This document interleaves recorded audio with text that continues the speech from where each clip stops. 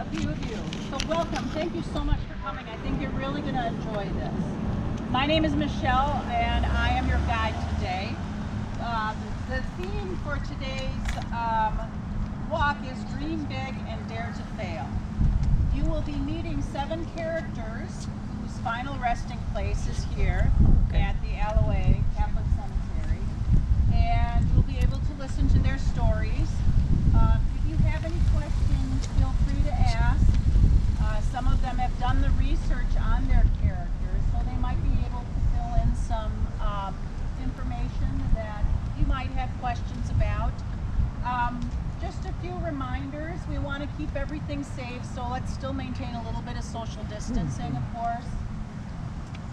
If you could also quiet your phones so we don't have any disturbances during the performances. You can take pictures, of course. This is a place of reverence, so we don't want to sit or lean on the stones.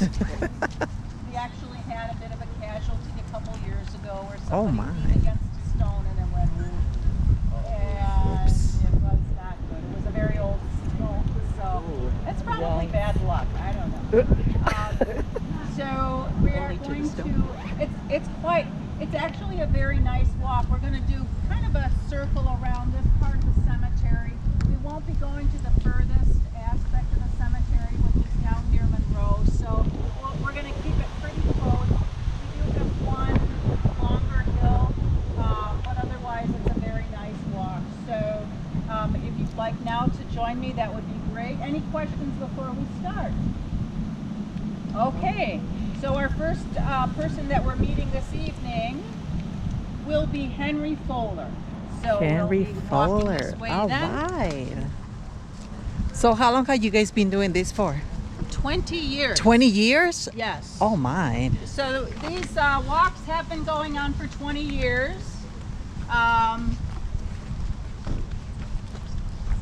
Steve Starry, who's got the cap on, he's been doing this every year. Oh so my. We thank him for that. How did that start? Do you know by any chance? I think that I don't know exactly, but I think that cemetery walks had been gaining some popularity. Got it. Okay. And we only do them at 3 of the cemeteries here in the Green Bay area. Okay. Fort Howard, Aloe Catholic, and Woodlawn. Oh, primarily because these 3 cemeteries have restrooms. Oh. And that's kind of important. So there are some really interesting and beautiful large cemeteries. But again, it's important for us for people to feel comfortable, and restrooms are a part of that. Right. And what about the season? When did you guys do it? Like just in September, August, or when? Great question. Yes, sorry. No, that's great. We start, actually our first walk is in June. Oh, okay. Yep. So, and then today's walk, of course, it's August already. Yeah. And then our last walk is in September. Oh, okay. So June to September. Yep. Got it. Okay. Yep. And by that time, of course, the days are getting shorter. Yeah. So by the time we end, we've got little lanterns sitting next to people. Ooh, in the evening. spooky.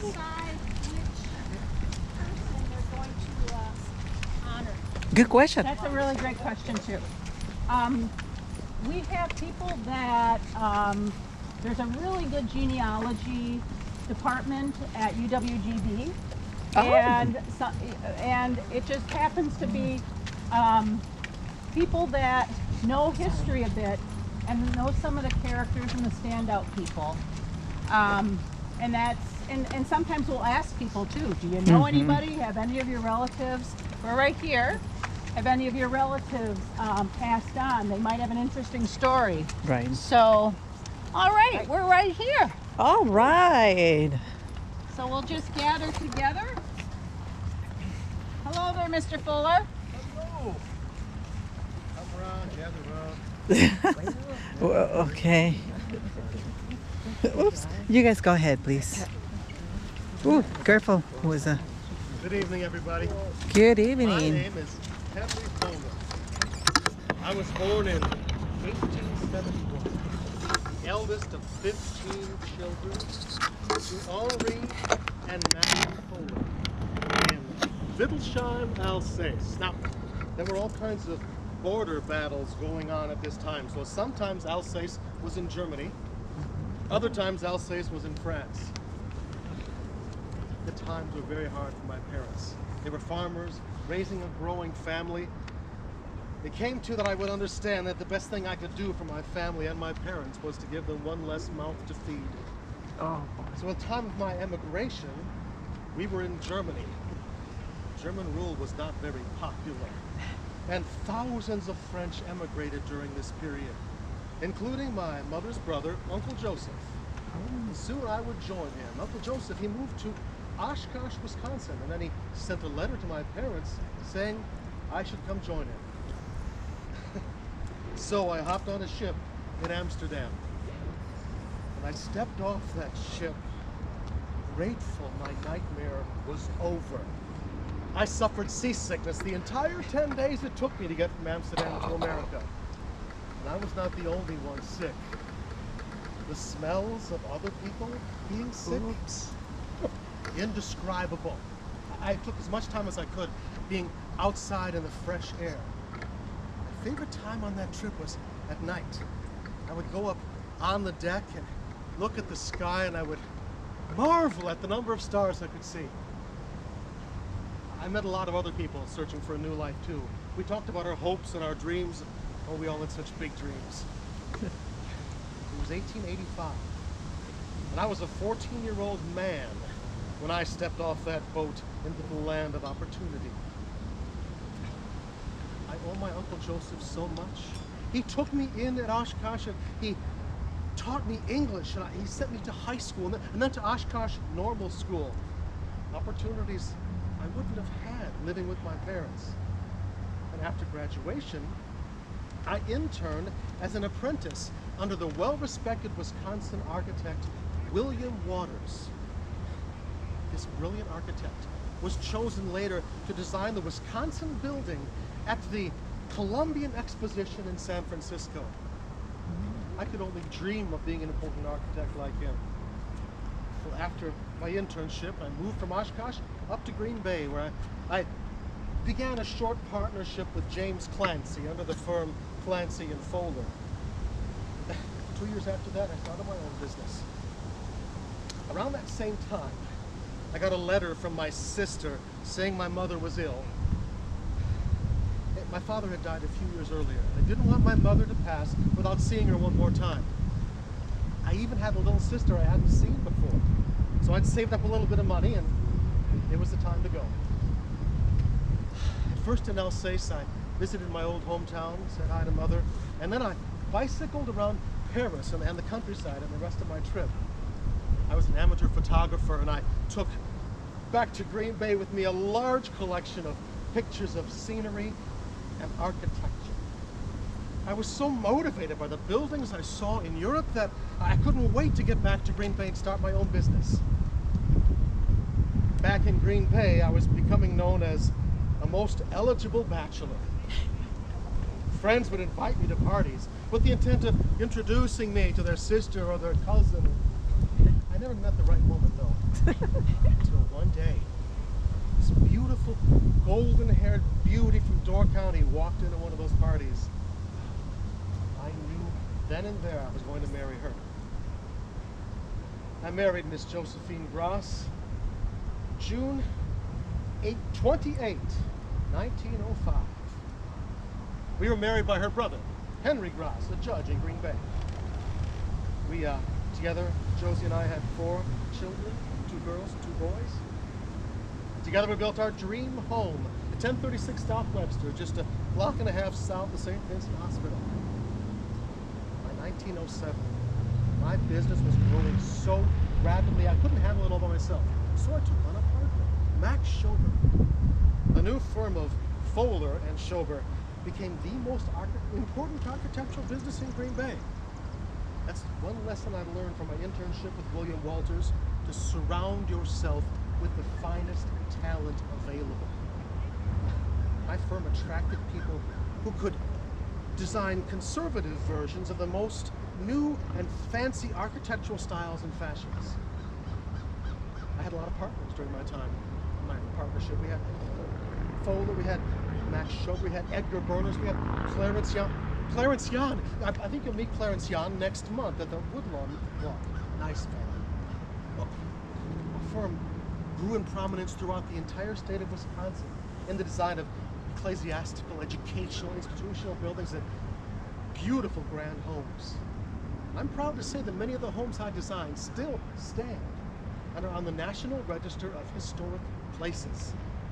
Now, you may remember or know of some of my architectural masterpieces. That big white building at Bay Beach, the Pavilion, we designed that to be used as a dance hall, a dining room, a roller skating rink. And at that time, there was swimming allowed in the bay. So we designed bathhouses where people could go and change into their bathing suits.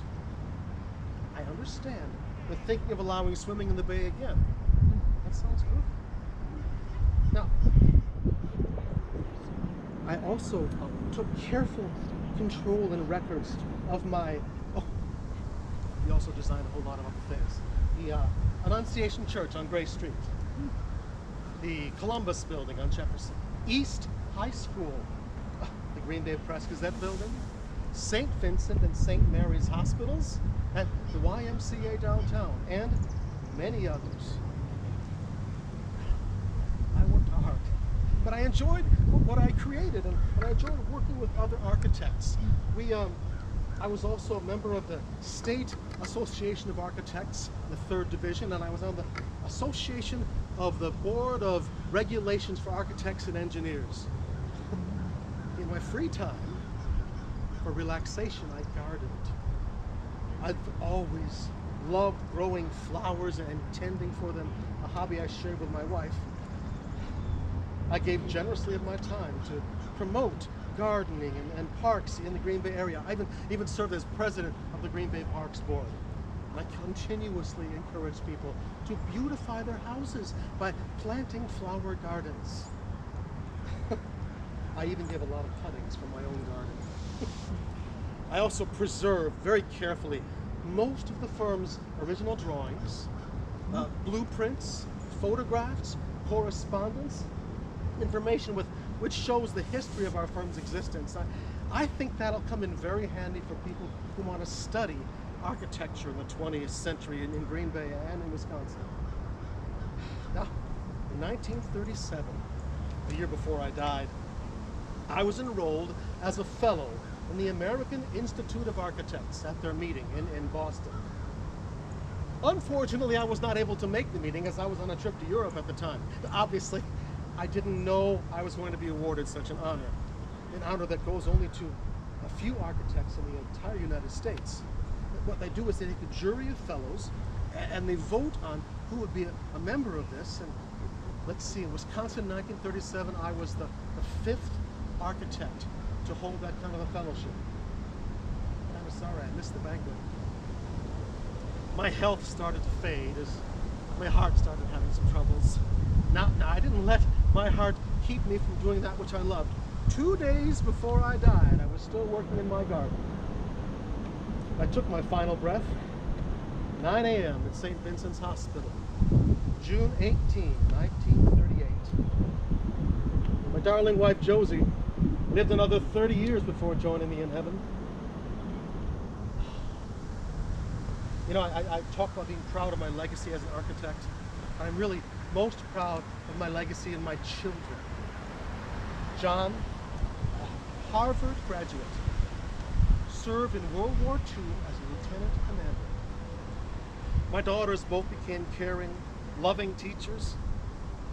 Elizabeth taught French in high school and in college. Jane taught home economics. My youngest, Robert, moved to the East Coast, became executive director of the Southeast Virginia Planning Commission. I never imagined how big my dream would become when I was a 14-year-old boy on the deck of that ship looking up at the stars. The business I started 114 years ago still exists as Berners Schobert, is still housed in the building I designed in 1929 the architect's building at 310 Pine Street. I dreamed big, and I worked hard to make those dreams come true. I encourage you and yours to do the same. Thank you. Thank you. Oh, If you'd like to look at some of these, feel free. Yeah. Let me go take a look. Excuse me, lady. Thank you. My son has been in there. He says it's beautiful, but I don't know what he delivers. He owns Moe's, so he's gone in there. But no, I don't know. Kellogg's Public Library. Thank you. Sir. Let him come through. Oh, Jones residence. Wow, beautiful. And that is Henry Fowler. Okay. This is a history. Henry Fowler. Then the wife. All right. And here we are at the alleyway. Awesome job. Holy cow. Yes. Great.